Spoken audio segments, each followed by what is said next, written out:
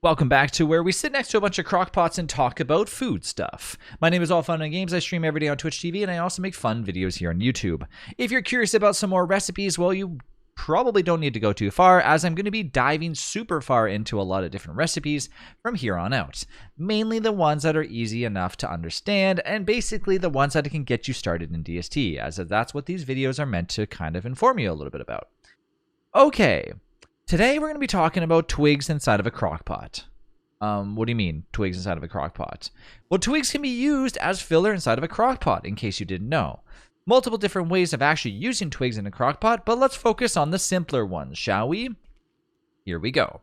Inside of a crockpot, if you decide to take and put a bunch of twigs, you're going to end up with something that's going to be actually used for a beefalo, believe it or not. When you cook it up, it's going to say steamed twigs, which, yes, can be fed to a beefalo. It's one of the newer recipes anyways, but in case you didn't actually know about it, it is actually there.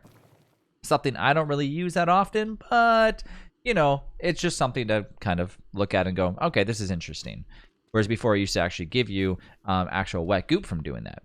But now it goes stale in 9 days, and whenever you have a beefalo nearby, you can have them have a little snack. Okay, well, maybe we don't want to do that. Maybe we want to do what I just showcased right there. We have one monster meat, and we put in 3 twigs. That's going to get us wet goop. Fine, I'll put in 1 monster meat and 2 twigs and a butterfly. No, wet goop. What about a berry? Still. What about if 2 berries go in? Okay, well, now I'm making some kebabs. This is an interesting way of actually getting you a decent amount of hunger by pretty much, once again, doing nothing. 2 berries, 1 twig is not that bad with 1 monster value. So the thing is, when you put a monster meat in here to make the kebabs, it does take a lot longer to make than meatballs, so just stand by and wait for them to cook. Another amazing recipe, and this is something that everybody should really know, and I'm going to talk a little bit more about them in a different video, is butter muffins.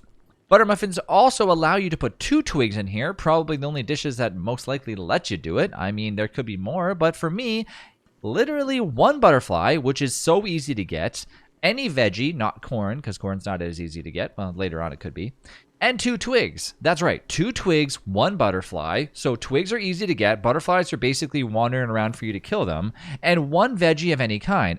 The stone fruits, hello? Yeah, the ones that I've been showcasing and of how amazing they are. You can now make one of the best recipes in Don't Starve Together as well. All right, so now we got our kebabs, and we're going to look at them a little bit. So kebabs are not amazing. They're basically crappy little meatballs, but they give you 37.5 hunger and 5 sanity and 3 HP, which is basically like an underwhelming meatball.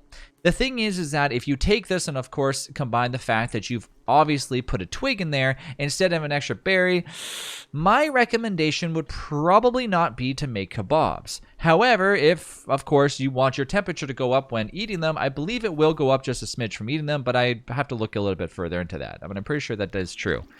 So, that's why I'm going to showcase a little bit other things that, you know, recipes specifically for heat and cooling and etc. like that. So just stay tuned for that for another video. But I don't really want to showcase the temperature thing because it's not really part of it. But yes, you do go up in temperature wise from eating kebabs, but it's only temporary. It's not really permanent or not that long anyway. So it's just not enough to really talk about right now. Anyways, back to reality here. So if you have the berries to do so, I would really recommend making yourself meatballs. But if you're short on anything and you decide, hey, I want to just go ahead and put 1 ice and 1 berry and 1 twig, well, guess what?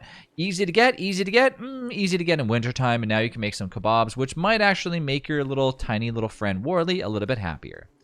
Okay, so now you go ahead and get your butter muffin. This is where things get pretty spicy and actually taste pretty awesome. When you cook up those 2 twigs, 1 butterfly, and 1 veggie of any kind, you have a recipe now that heals you for 20. Now, they do go stale after 7 days, which is not too long of a time. However, it's not that bad, especially when you compare it to something like pierogies. Butter muffins are pretty underwhelming when it comes, pretty underused when it comes to Don't Starve Together. I don't find many people using them, but now that I've kind of adapted using butter muffins a lot over pierogies now, it's actually become one of my favorite recipes to make. Keep in mind, it does use a lot of twigs, so you probably want to absorb or actually dig up a lot of your twigs and bring them close to base if you decide to do this. Nonetheless, Great recipe, and that's how you can use twigs inside of a crock pot.